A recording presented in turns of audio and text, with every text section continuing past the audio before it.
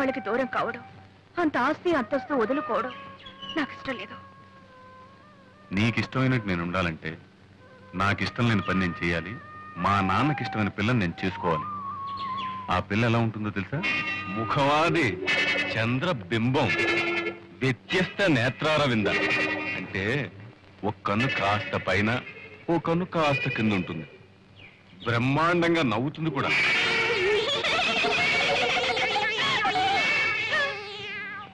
ఎలా ఉంది? కోతిలా ఉందా, పిల్లిలా ఉందా? పాట కూడా ఓ బ్రహ్మాండంగా పడుతుంది.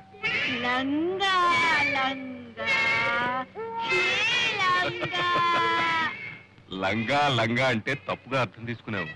ఆ సుకుమారికి రా పలకదు.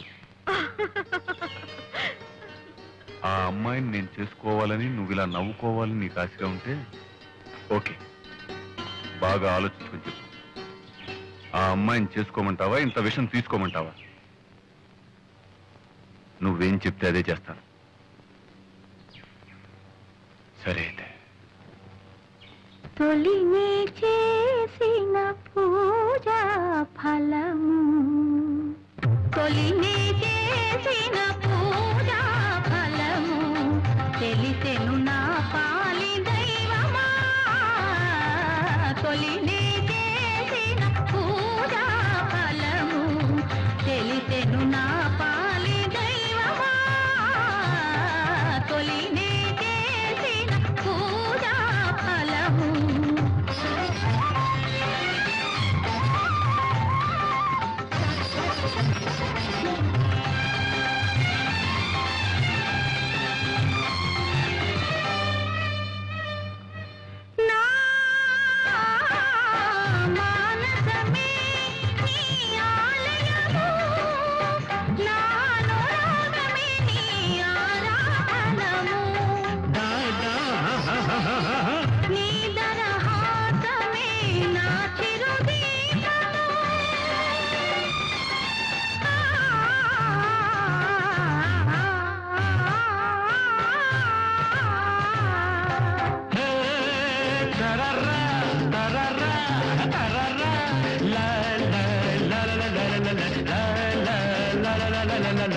నీ తాపమే నాకు సాంబ్రాణి రూపము, నీ తాపమే నాకు సాంబ్రాణి రూపము, నీ భక్తి నీ శక్తి నా భుక్తికాధారము, నీ భక్తి నీ శక్తి నా భుక్తికాధారము.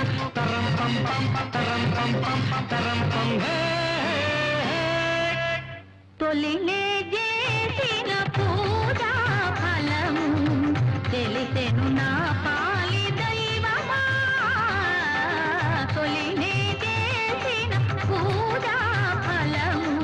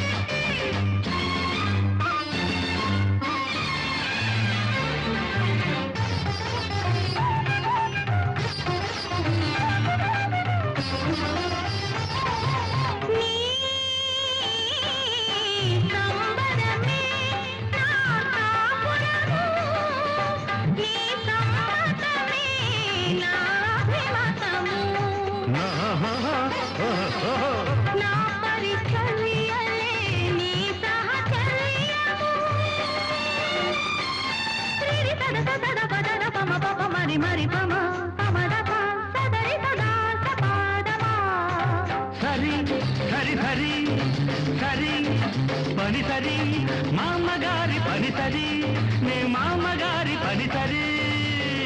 ఓ భక్తురాలమ్మ నీ పూజ మెచ్చాను, ఓ భక్తురాలమ్మ నీ పూజ మెచ్చాను.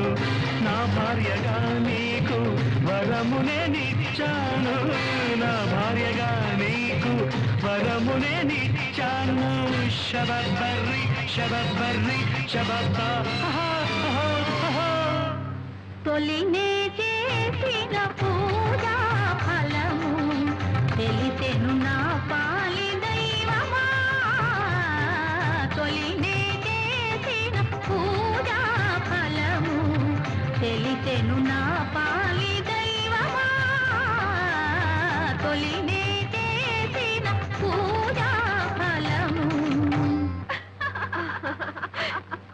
నవ్వీకు ఇంకా ఉంది.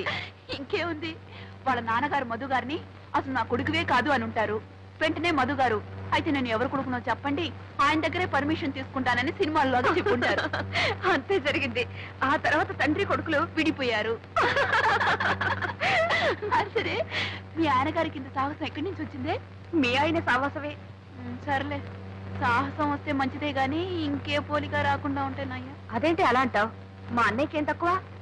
తక్కువ కాదే అమ్మా, అన్నీ ఎక్కువే. నేను ఎన్ని గిల్లి గజ్జాలు పెట్టుకున్నా ఉలకరు పలకరు, ఋషిలా కూర్చొనే ఉంటారు.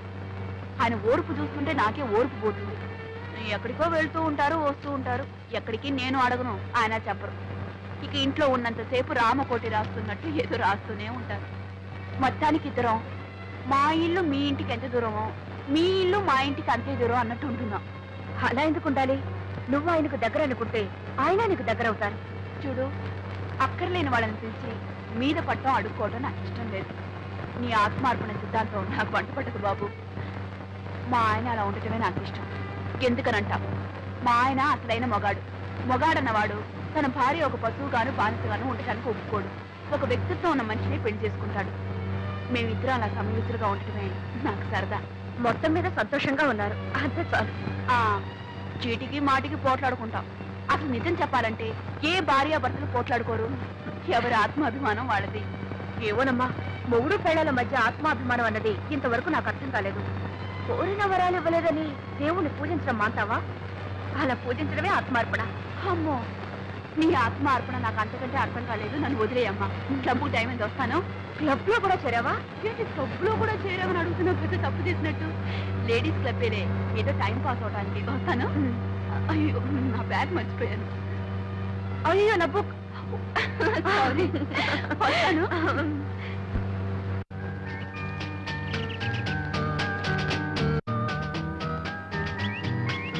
ఏమండి పిలిచారట? అవునమ్మా, ఈసారి మన క్లబ్ వార్షికోత్సవానికి మన నంబర్స్ సరదాగా ఓ నాటకం ఆడాలనుకుంటున్నాం. కానీ ఏ నాటకం చూసినా మగ వేషాలు ఎక్కువగా ఉంటున్నాయి. మన మగ వేషాలు వేస్తే బాగుంటుంది కదా? కరెక్ట్. ఎవరైనా మంచి రైటర్ చేత అన్ని ఆడవేషాలే ఉండటం నాటకం రాయిస్తే సరే. ఐడియా బాగానే ఉంది, కానీ అలా రాసే రైటర్ దొరకొద్దు మనకి. ఎందుకు లేరు? చక్రపాణిని ఒక గొప్ప రైటర్ ఉన్నారండి. ఆయన నీకు తెలుసా? తెలుసంటే బాగానే తెలుసు. ఆయన చేత రాయిస్తానండి. ఇంకేం, చాలా థ్యాంక్స్ అమ్మా. అందుకే ఓకే అండి. అది ఒక తమాషా. నేను పత్రికల్లో రాస్తానని నా పేరే చక్రపాణి అని తనకు తెలియదు. తను చక్రపాణి ఎప్పుడూ పొగుడుతూ ఉంటుంది, నేనేమో విమర్శిస్తాను. వాడు ఒక రైటర్ కాదని, కథలన్నీ కాపీ కొడతాడని, అనాకాని రైటర్ అని నేను తిడుతూ ఉంటాను. ఆవిడికి బుస్సుమని కోపం వస్తుంది. అది నాకు ఎంటర్టైన్మెంట్. ఈ ఎంటర్టైన్మెంట్ పోకూడదని నేను నిజాన్ని రివీల్ చేయలేదు. ఇదిగో, నేను ఒక తమాషా జరిగింది తెలుసా? ఏమిటి? నేను చక్రపాణిని అడ్మైర్ చేస్తూ ఓ ఉత్తరం రాశాను. నేను నిన్న దానికి సమాధానం రాశాను. బాగుందనయ్యా, ఇద్దరు ఒకే ఇంట్లో ఉంటూ ఒకరికి తెలియకుండా ఒకరు ఉత్తరాలు రాసుకుంటారన్నమాట. నాటకాల బుద్ధి ఎక్కడ పోతుంది? బయట ఆడడం మనిషి ఇంట్లో ఆడుతున్నావు అన్నమాట. ఎరా, జోక్ చేస్తున్నావా? నువ్వు పెళ్ళాం దగ్గర ఆడడం లేదా? ఏమ్మా, నువ్వేం అనుకోవద్దు. రై, ఈ ప్రపంచంలో పెళ్ళాం దగ్గర నాటకం ఆడని మొగుడు ఎవడున్నారా? చెప్పు. నువ్వు ఆడవా? ఏమ్మా ఆడ చెప్పు. చెప్పు. హలో, అరే మీరు ఇక్కడే ఉన్నారా? సరళా, ఇన్నాళ్ళకి మీ అన్నయ్య ముఖం కలకలాడుతుంది చూసావా? ఏమిటి, ముగ్గురు కబుర్లు చెప్పుకుంటున్నారా? ఏమీ లేదు, ఆ చక్రపాణి కథల గురించి మాట్లాడుకుంటున్నాం. ఇది నువ్వు ఆయన కథలు చదువుతున్నావా? చదవడమా? నేను ఆఫీస్కి వెళ్ళగానే పుస్తకం పట్టుకుంటే తిరిగి వచ్చేదాకా వదలదు. వదలనివ్వడు, అంత బాగా రాస్తారు. ఈ మధ్య నేను ఆయనకు ఉత్తరం రాశాను, బదులు కూడా వచ్చింది. ఏం రాశాడు? చదువుతాను, ఉండండి.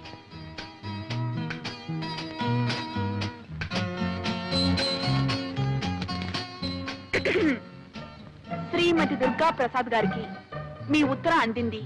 మీ అభిమానానికి చాలా కృతజ్ఞుణ్ణి.